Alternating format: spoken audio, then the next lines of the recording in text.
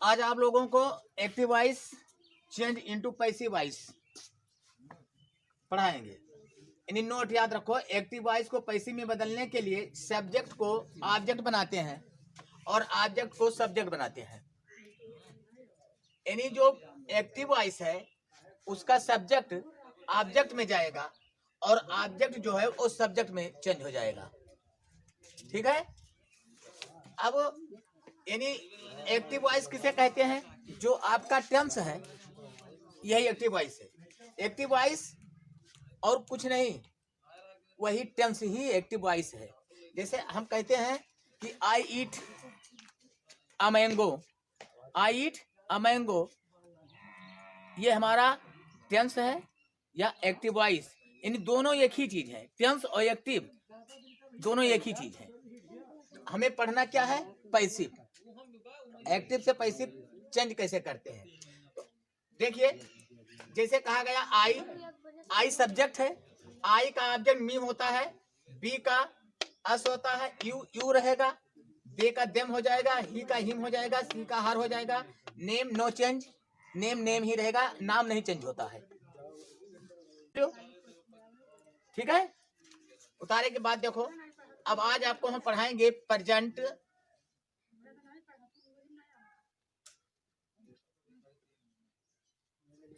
Present indefinite,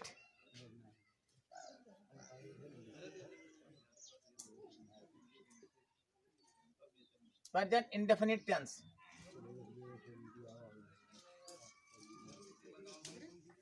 present indefinite tense का अगर active voice है तो पैसिव वॉइस किस तरह से बनेगी?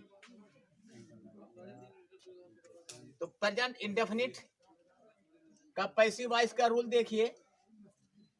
पहले एक एक्टिव वॉइस देखिए, एक ए से एक्टिव, बी से वॉइस। एक्टिव वॉइस देखो, आई ईट अ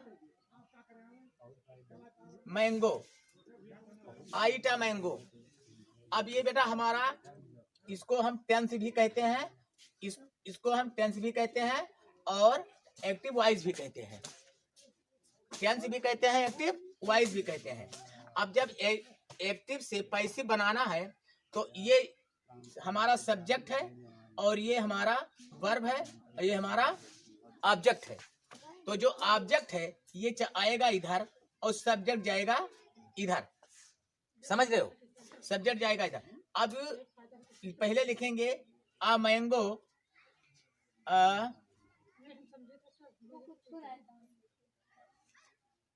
मैंगो, आ मैंगो। अब देखो, आई ईट आ मैंगो, मैं आम खाता हूं, यानी आम मेरे द्वारा खाया जाता है। तो है का अंग्रेजी यहां लिखेंगे, a mango is eaten by. अब देखो ऑब्जेक्ट का, ये सब्जेक्ट है, ये ऑब्जेक्ट यहां पर आया, सब्जेक्ट यहां जाएगा। तो आई का बताना है, आई किस में चेंज हो जाएगा? मी में। यहाँ ए आ जाएगा मी। इस प्रकार से एक्टिव को हम पैसिव में चेंज करते हैं। तो ध्यान दीजिए, एक्टिव वॉइस को पैसिव में बदलने के लिए सब्जेक्ट को ऑब्जेक्ट बनाते हैं और ऑब्जेक्ट को सब्जेक्ट बना देते हैं। जिस प्रकार से बदलना है उस प्रकार से बता दिए हैं कौन सब्जेक्ट किस में जाएगा। अब प्रेजेंट इंडेफिनिट का अगर एक्टिव वॉइस है तो पैसिव में चेंज करेंगे। इसका स्ट्रक्चर लिखिए, रूल लिखिए। रूल है, सबसे पहले सब्जेक्ट, यानी वही ऑब्जेक्ट बेटा सब्जेक्ट बन जाएगा। पहले सब्जेक्ट, सब्जेक्ट के बाद में helping verb, helping verb, helping verb में के बाद क्या करेंगे? बी3, बी3, बी3 का मतलब वर्ब का थर्ड फॉर्म। उसके बाद में क्या करेंगे? बाय यूज करेंगे। बाय के बाद में ऑब्जेक्ट, फुल स्टॉप।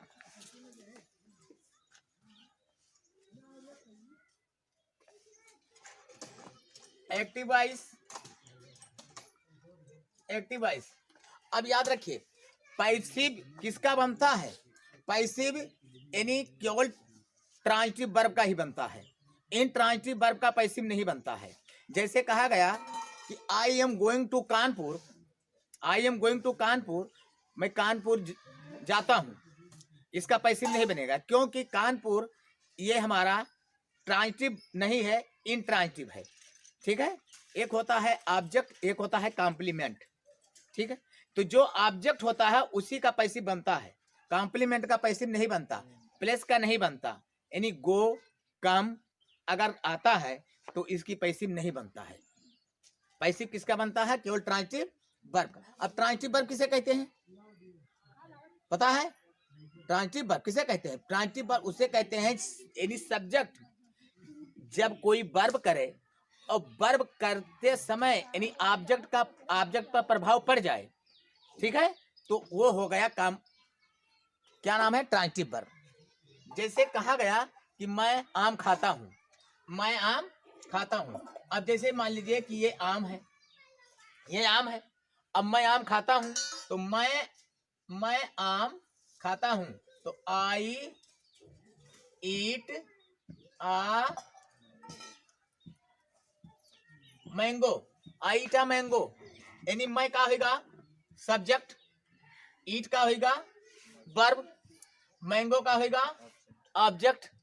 अब हम यानी मैं हमारे द्वारा वर्ब किया गया, ईट किया गया, किस पर ईट किया गया? मैंगो पर। अब मैंगो पर हमने काम शुरू किया। अब बताइए आम यहाँ समाप्त होगा कि नहीं होगा?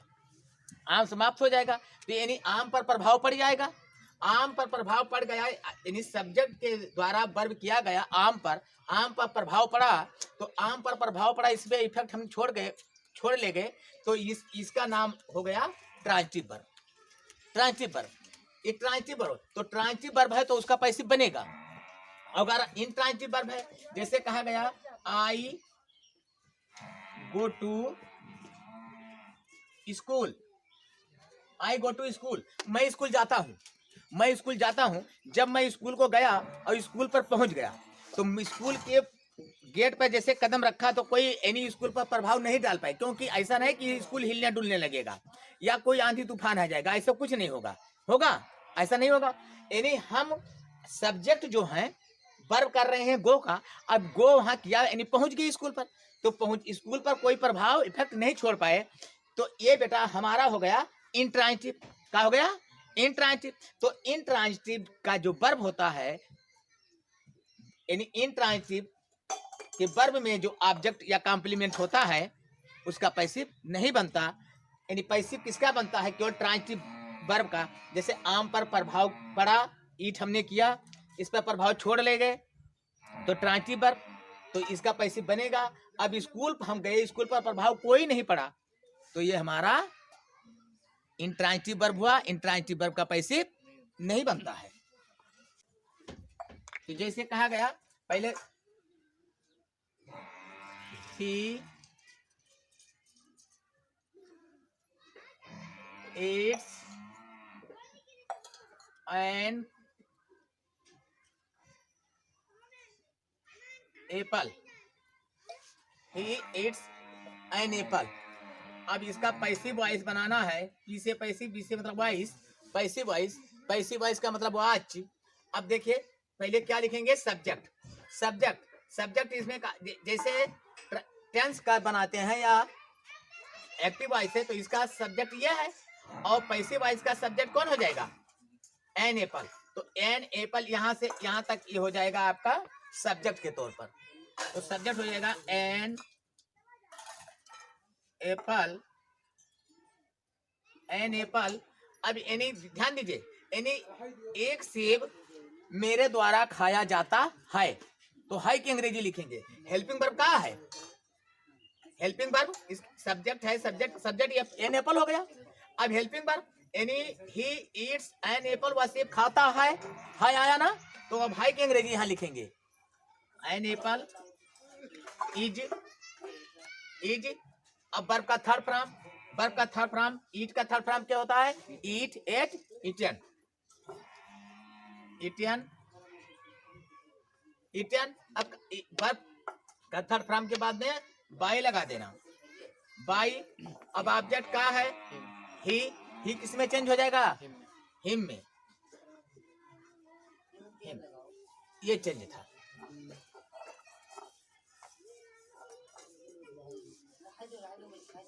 दूसरा active voice, you read a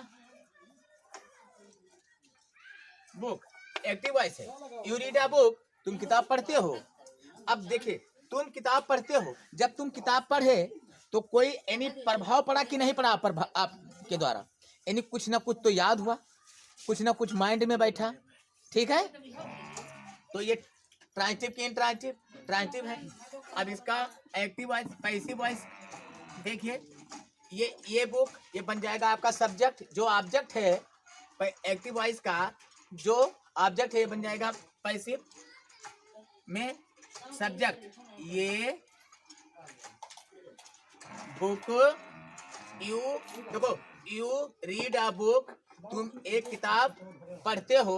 अब एक सब्जेक्ट का हो जाए, ये बुक बोलो, यू के बाद यहाँ आर लगी कि इज लगेगा? हाँ, इज लगेगा। यानी मतलब यह है कि सब्जेक्ट सिंगुलर है तो वर्ब सिंगुलर, और सब्जेक्ट प्लूरल है तो वर्ब प्लूरल। तो अब यहाँ सब्जेक्ट है ये, तो सब्जेक्ट बुक है तो सिंगुलर है, तो इसलिए यहाँ पर हेल्पिंग वर्ब क्या लगेगा? देखो, इज। इज के बाद में क्या लगेगा? वर्ब का थर्ड फॉर्म। वर्ब का थर्ड फॉर्म रीड का क्या होता है? रीड।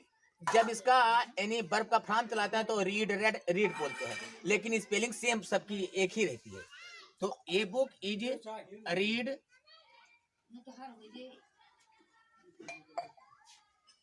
रीड रीड हुआ। अब बाई यू नो चेंज, यानी यू में ही रहेगा, ठीक।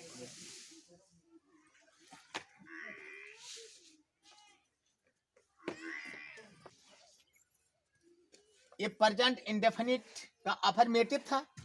अब इसका निगेटिव देख लीजिए, यानी पहले लिखे सब्जेक्ट, सब्जेक्ट के बाद में हेल्पिंग वर्ब, हेल्पिंग वर्ब के बाद में लगा दीजिए नॉट। यानी नॉट का प्रयोग कहाँ होता है? हेल्पिंग वर्ब के बाद में होता है, ठीक है। मेन वर्ब के बाद में नॉट का प्रयोग नहीं किया जाता है। नॉट का प्रयोग हेल्पिंग वर्ब के बाद में होता है, जबकि नो माने नहीं और नॉट माने नहीं, दोनों माने नहीं होता है। नॉट का प्रयोग हेल्पिंग वर्ब के बाद में ही किया जाता है। तो सब्जेक्ट, हेल्पिंग वर्ब, उसके बाद में नॉट, नॉट के बाद में आप क्या लगाएंगे? क्या? वर्ब का थर्ड फॉर्म, वर्ब का थर्ड फॉर्म। उसके बाद में क्या लिखेंगे? बाई। बाई के बाद में object.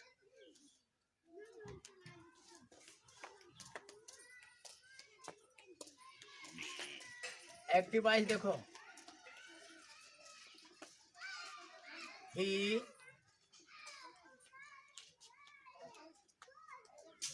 Does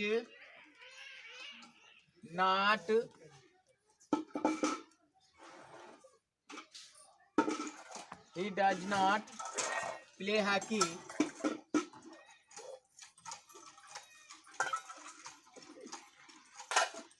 he does not play hockey, ये हमारा एक्टिव वॉइस है। अब एक्टिव वॉइस या टेंस एक ही चीज है। अब पैसिव वॉइस, पैसिव वॉइस ध्यान दीजिए। अब he does not play hockey, वह हॉकी नहीं खेलता है। अब इसका जो ऑब्जेक्ट है वो क्या बन जाएगा? सब्जेक्ट। तो सब्जेक्ट कौन आएगा यहाँ पर? हॉकी का हुई हॉकी।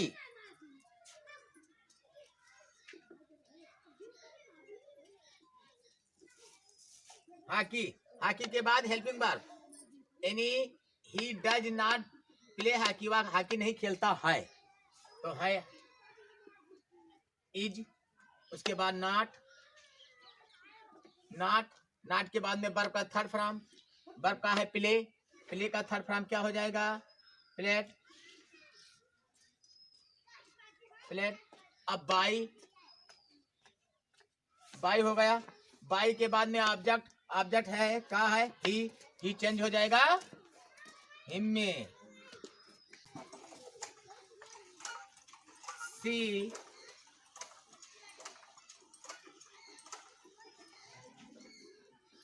डज नॉट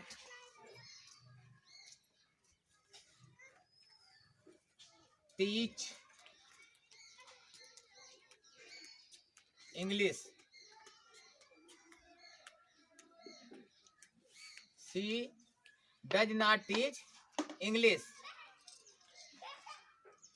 इसका हिंदी बता सकते हो? She does not teach English क्या होगा? वो इंग्लिश नहीं पढ़ती। अरे पढ़ती नहीं है, पढ़ाती है। हाँ, टीच है। टीच है, पढ़ाती है। वो इंग्लिश सी नहीं does not teach English. Active voice passive में इसको चेंज करो। इंग्लिश में क्या वो कोई नहीं। यस। ठीक है। अब पैसिव वॉइस, अब इंग्लिश, ये जो ऑब्जेक्ट है ना, ये सब्जेक्ट बन जाएगा English.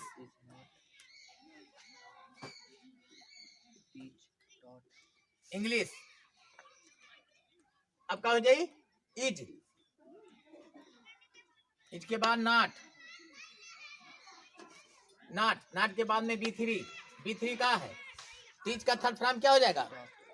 Dot. English is not taught by dot. By, by का मतलब द्वारा, के द्वारा है नहीं, बाई।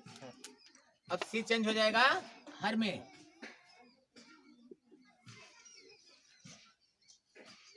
तो सी डज नॉट टीच इंग्लिश, इसका पैसिव बनेगा English is not taught by हर, यानी अंग्रेजी उसके द्वारा नहीं पढ़ाई जाती है।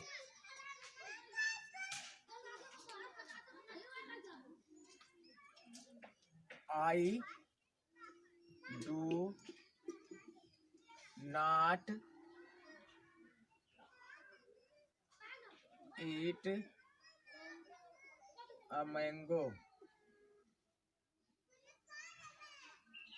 मैंगो पैसे पाइस का बोलो, बोलो पैसे। A mango a mango, is not a mango अभी आपका बन गया सब्जेक्ट है ना। a mango is अभी helping verb is not, eaten अब वर्ब का third form eaten, by me eaten by me by, me I change हो जाएगा me मी में।